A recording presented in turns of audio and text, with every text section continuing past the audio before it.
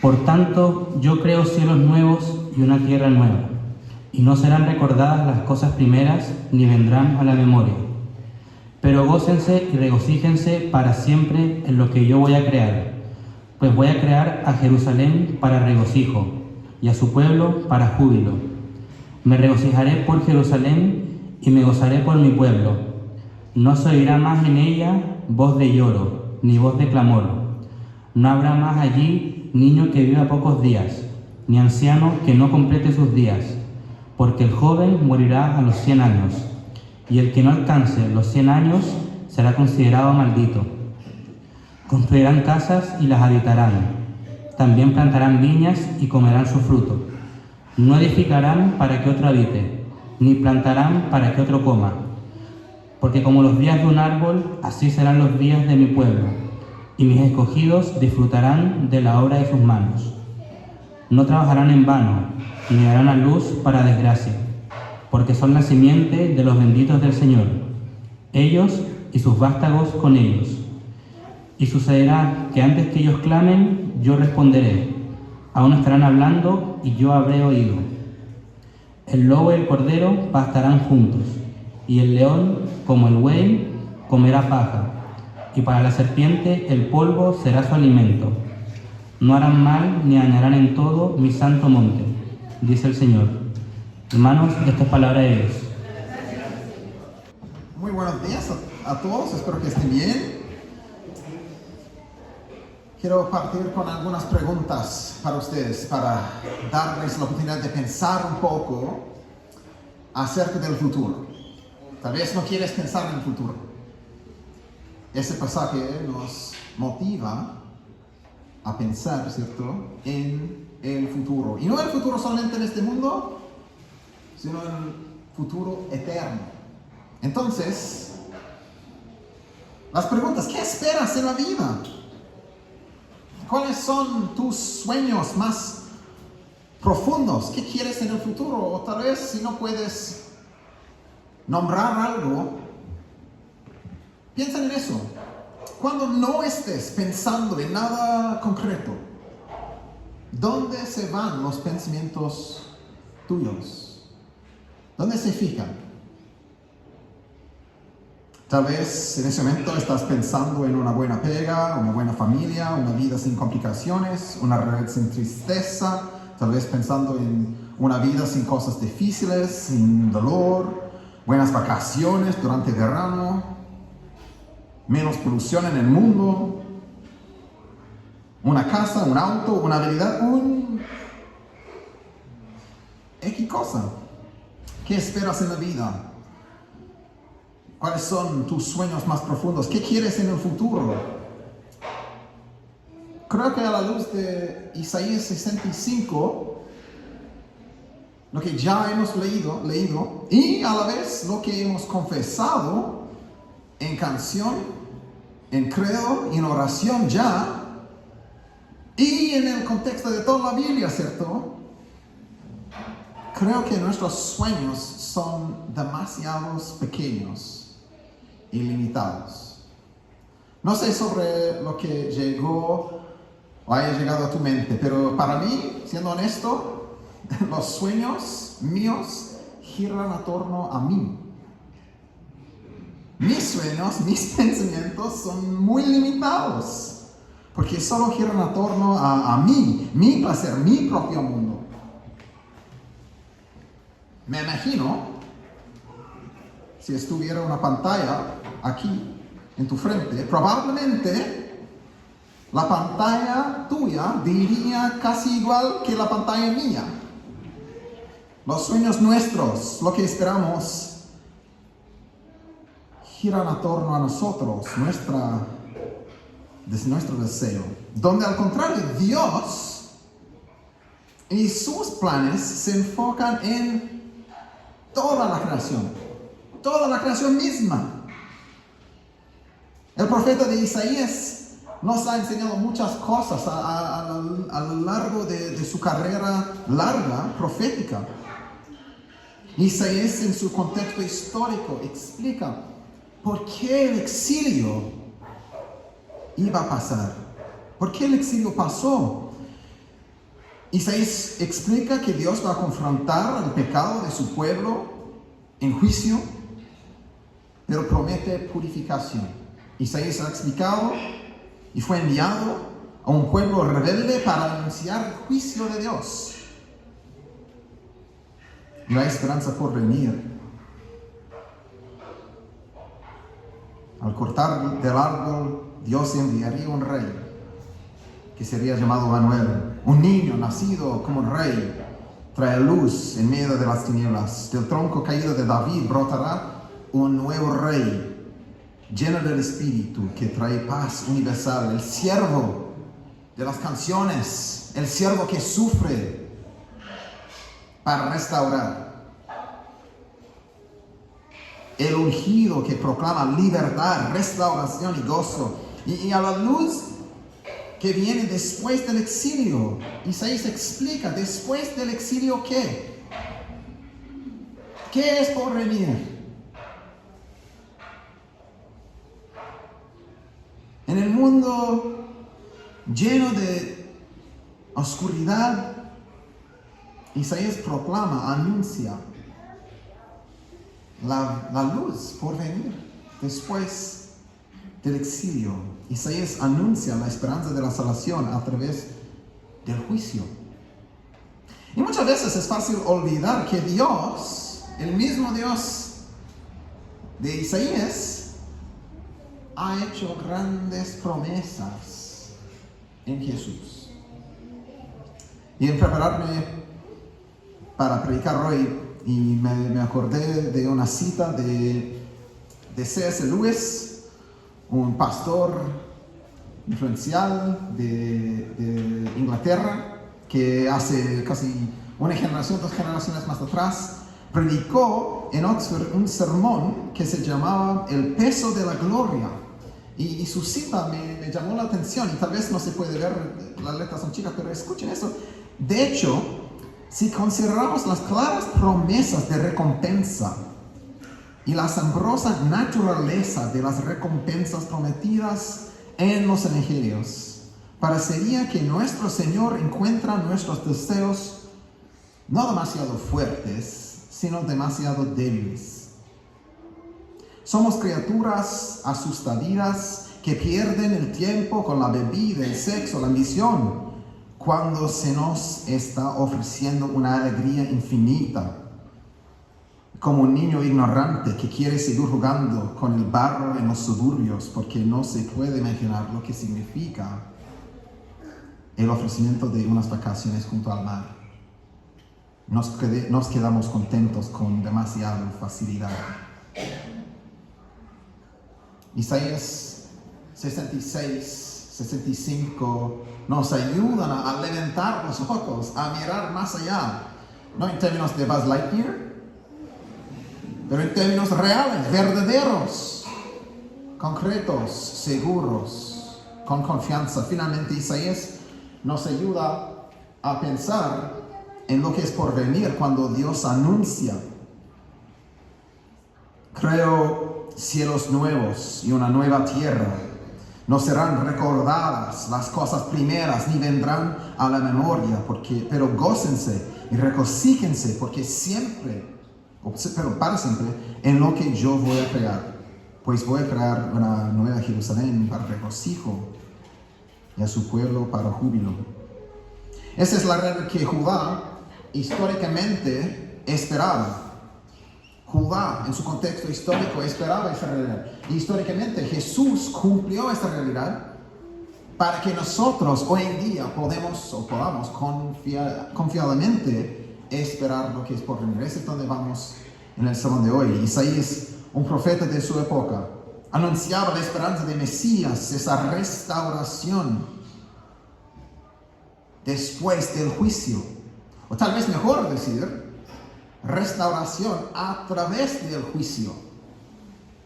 Que el juicio no es solamente algo no esperado, sino el instrumento, la forma, el camino a través del cual Dios va a restaurar, va a renovar, va a salvar. Isaías nos recuerda que el problema para Judá no es solamente un problema para ellos, sino para todo el mundo, el pecado, las consecuencias. Isaías explica por qué va a pasar ese juicio. Finalmente, el pecado y las consecuencias de la caída en la gran historia humana, el pecado ha tenido hasta lo más mínimo detalle de nuestras vidas un afecto profundo, desastroso. La gran promesa de Dios es restauración de las consecuencias de nuestro propio pecado. Dios quiere realizar una restauración, una recreación, una renovación de una realidad sin pecado, sin las consecuencias del pecado, sin la muerte, sin el dolor, sin el sufrimiento, sin maldición. Históricamente, Judá esperaba lo que Yahvé, el Dios del pacto, había prometido. Una nueva creación. Sí, tiene que pasar por juicio, pero después del juicio iba a llegar una nueva realidad, destrucción antes de reconstrucción, en términos físicos de la ciudad o en términos a lo largo de la salvación a través del juicio. Esa es la idea. Y en Australia, y tenemos, no se ve bien, pero en Australia como en Chile, durante el verano hay muchos incendios forestales y solo necesitas ver las noticias durante el verano en Chile para entender esa situación. Y cuando era niño de sexto básico, durante las vacaciones de verano, mi colegio fue quemado por un incendio forestal. Y casi un sueño, ¿cierto?, para un niño de 12 años. Nunca había imaginado tan buenas noticias durante las vacaciones. Pero en los meses siguientes, después de los efectos de ese fuego, ese incendio, y podrías ver como la nueva vida. Todo antes era quemado, negra. Y en los meses siguientes podíamos ver que los árboles se fueron produciendo nuevo fruto, nuevas flores. Después del fuego viene el fruto. Esa es la idea en Isaías. Después del fuego viene el fruto. Isaías anunciaba lo que iba a llegar después del fuego del juicio. Y es una realidad increíble, donde Isaías pinta con imágenes una realidad, una imagen, con gozo. Cuando dice, me regocijaré, dice Dios, por Jerusalén, después de la destrucción voy a tener gozo por mi pueblo. No vamos a escuchar la voz de clamor. La muerte pasará, van a construir casas para habitar, van a plantar viñas para disfrutar de su fruto, no van a trabajar en vano.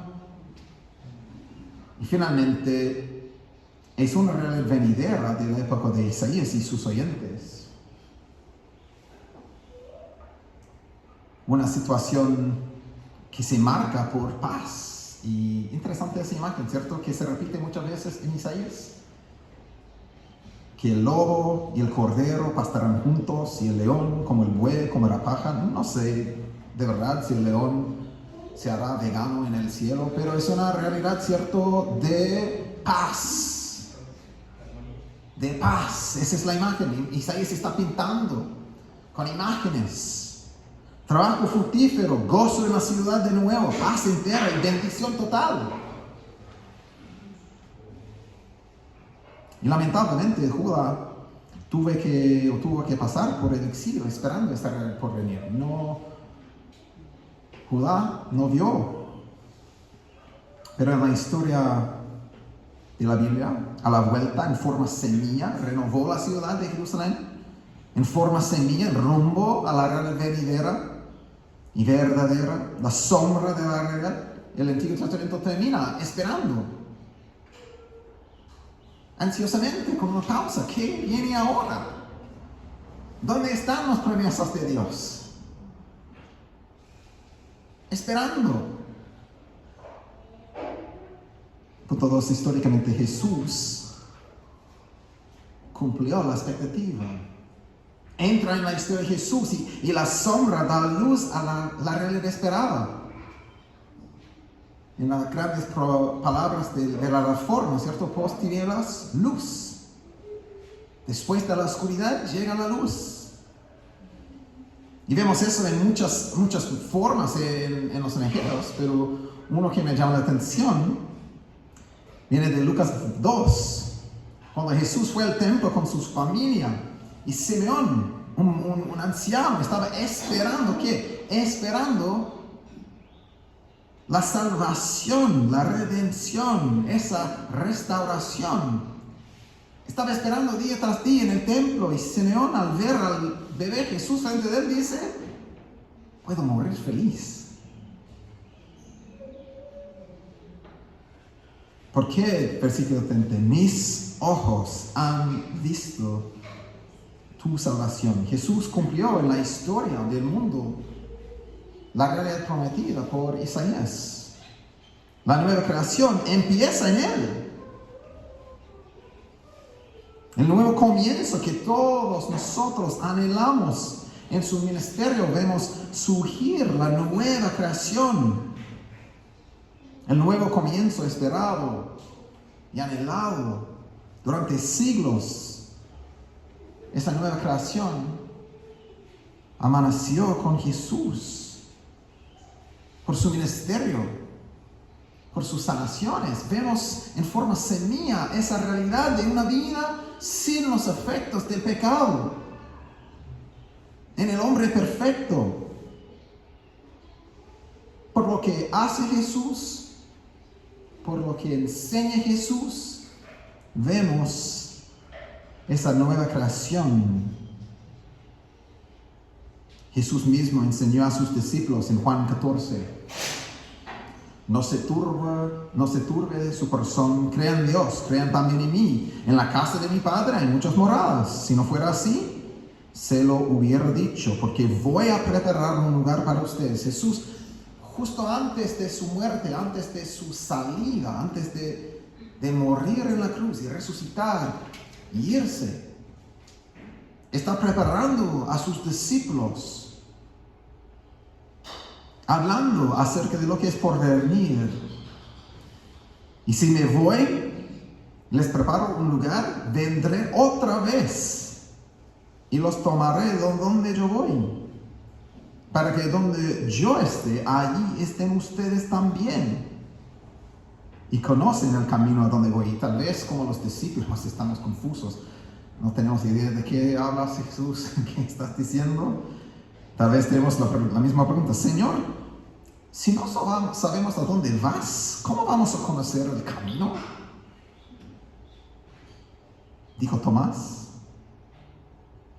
Jesús proclama, versículo 6: yo soy el camino, la verdad y la vida. Nadie viene al Padre sino por mí. Jesús es la nueva creación. En Jesús, esa nueva realidad por venir ha llegado.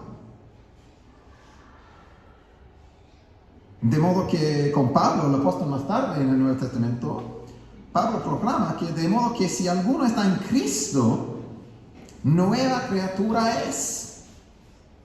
Las cosas viejas pasaron, ahora han sido hechas nuevas. Eso es lo que pasa al llegar a poner tu fe en Jesús. Una muerte a la vida antigua para vivir la nueva vida. Lo que pasó a Jesús, muerte, resurrección, nos ha pasado a nosotros en unión con Él. Hemos muerto al pecado con Cristo para resucitar a esa nueva vida en su reino eterno. Como un autor antiguo decía, finalmente con la resurrección de Cristo, la nueva creación comienza con el crucificado. La esperanza nuestra de una nueva creación, ¿dónde encontramos la confianza para esperar así? En Jesús mismo. En Jesús mismo, por su muerte, por su resurrección y su regreso futuro, tenemos la confianza de esa realidad de la nueva creación. En Australia otra vez, y en esta época del año, en las noticias diarias o en un día especialmente, y tenemos alguna noticia importante para ellos que quieren comer mango. Tenemos un anuncio. El primer mango de la estación se vende en vivo en las noticias por un montón de plata. Es una publicidad en las noticias, pero anuncia que al vender ese mango, anuncia que la estación de mango está abierta. El primer mango es el anuncio que después vienen todos los demás mangos. La garantía de lo que viene se encuentra en el primer mango. Es así con Jesús en la resurrección. Esperamos, ¿cierto?, la cosecha de la resurrección nuestra. En Él tenemos la garantía de lo que viene. El Nuevo Testamento usa la palabra las primicias. El primer fruto, ¿cierto?, de la cosecha en Jesús. Encontramos en Jesús, en su cumplimiento histórico, la realidad esperada de Isaías. Jesús históricamente cumplió la expectativa para que confiadamente nosotros podamos esperar la nueva creación por venir. Ese es el punto de Isaías 65. La gran historia, la gran trama de la Biblia tiene que ver con el desarrollo, el movimiento desde la creación, por la caída, por la historia de restauración hacia la nueva creación. Y si por la fe te unes a Cristo, esta historia es la tuya.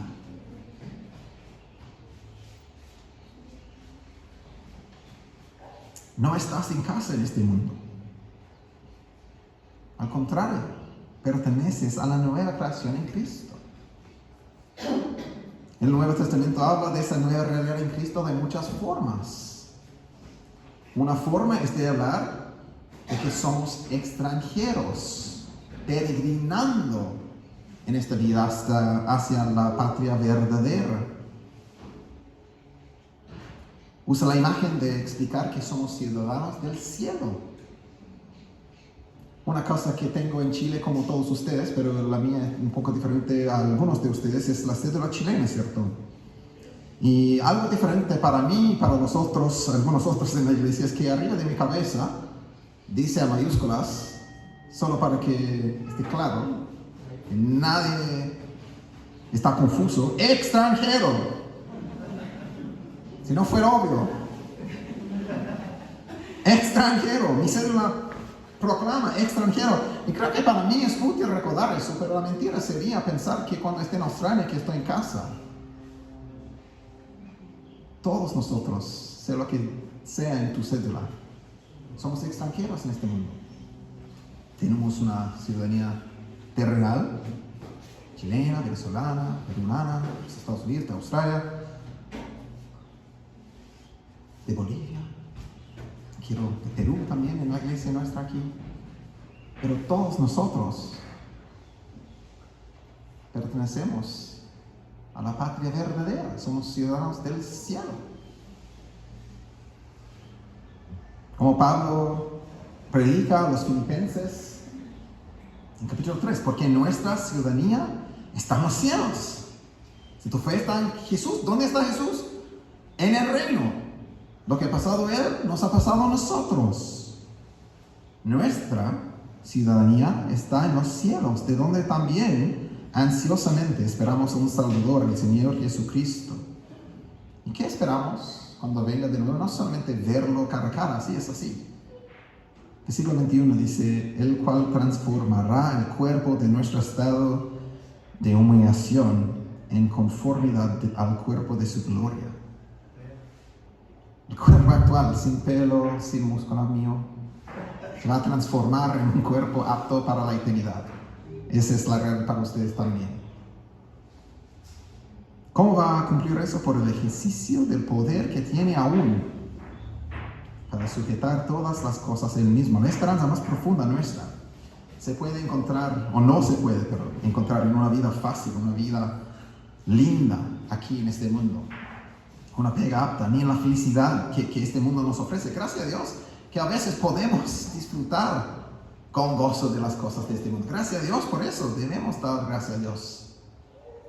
No es malo disfrutar tu vida. Gracias a Dios que a veces podemos disfrutar de algunas de estas bendiciones aquí y ahora. Sin embargo, la esperanza básica y más profunda es el mundo venidero. Llegar a la meta. Y ese mundo venidero podemos esperar confiadamente. Porque Jesús murió y resucitó. En Él el nuevo cielo fue, ese reino de Dios, ¿cierto? Fue inaugurado. Empezó con Él. Podemos esperar confiadamente porque la confianza viene de Él, lo que Él ha pasado a Él. El Nuevo Testamento nos proclama en voz alta que nuestra esperanza de esta realidad por venir se encuentra en Jesús mismo. Y estamos esperando lo que es todavía por venir. Ahora ciudadanos esperando la entrada futura. Y Romanos 8 habla de esa realidad en forma profunda. Cuando el versículo 18, cuando Pablo dice, pues considero que los sufrimientos de este tiempo presente no son dignos de ser comparados con la gloria que nos ha de ser revelada. Lo que ha pasado a Jesús, sufrimiento antes de la gloria, es la vida cristiana también. Romanos 8 habla en voz alta acerca de eso. Pasamos ahora con estos sufrimientos, pero tal vez de una perspectiva diferente, porque estamos esperando lo que es por venir después. La gloria. Y no es solamente lo que anhelamos nosotros como creyentes, pero la creación misma. Dice Pablo, está esperando eso, versículo 19. Porque el anhelo profundo de la creación es aguardar ansiosamente la revelación de los hijos de Dios. Porque la creación fue sometida a vanidad, no de su propia voluntad, sino por causa de aquel que la sometió, en la esperanza de que la creación misma será también librada de la esclavitud, de la corrupción, a la libertad de la gloria de los hijos de Dios. La creación misma espera el regreso de Jesús.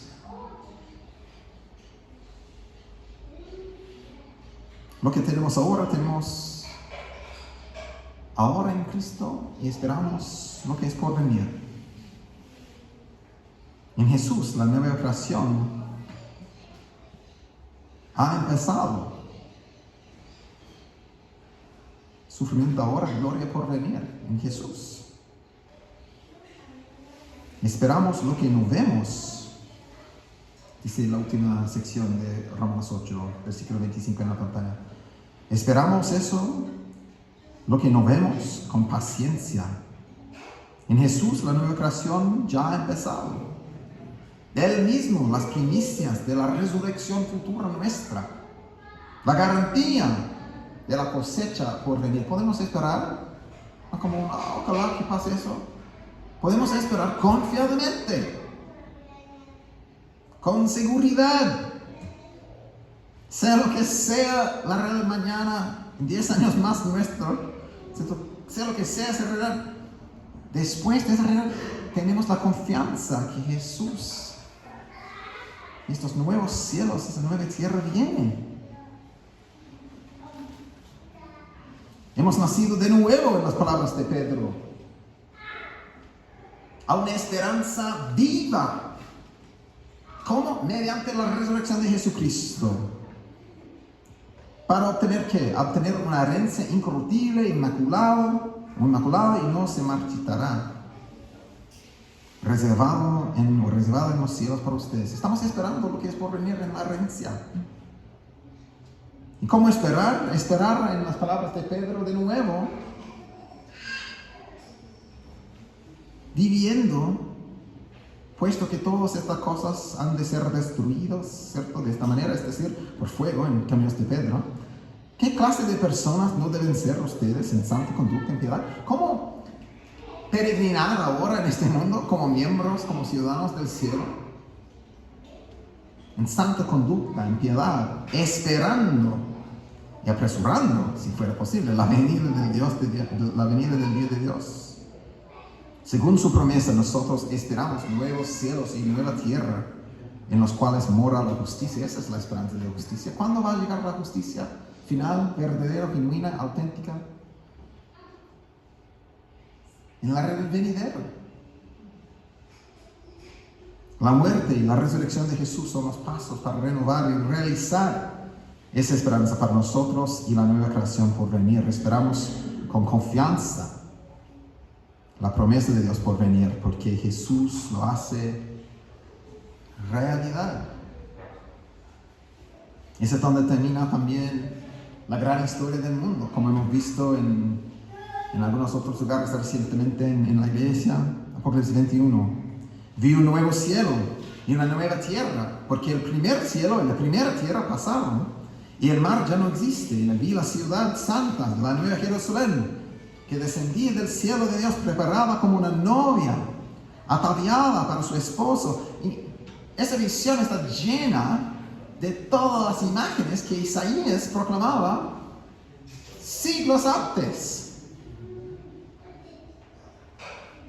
Y oí una gran voz que decía desde el trono: el tabernáculo de Dios está entre los hombres, y Él habitará entre ellos, y ellos serán su pueblo, y Dios mismo estará con ellos, entre ellos.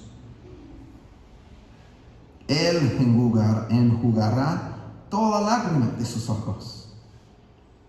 Ya no habrá muerte, ni habrá más duelo, ni temor, ni dolor, porque las primeras cosas han pasado.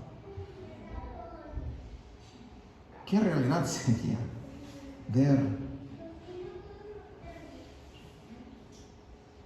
Podemos esperarlo confiadamente, porque Él está sentado en el trono. Dijo: ya hago nuevas todas las cosas.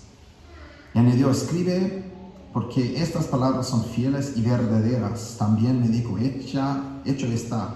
Yo soy el alfa y la omega, el principio y el fin.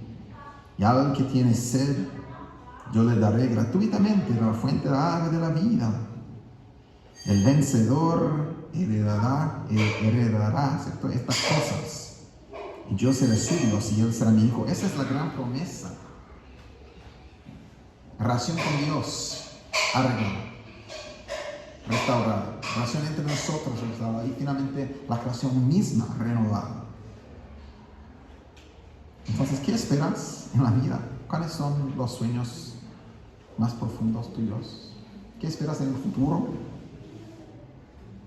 Cuando no estés pensando en nada en concreto, ¿dónde se van los pensamientos tuyos? Aunque nuestras realidades diarias sean llenas de esa esperanza que la Biblia nos da en Jesús, que Jesús finalmente nos da, de la nueva creación venidera.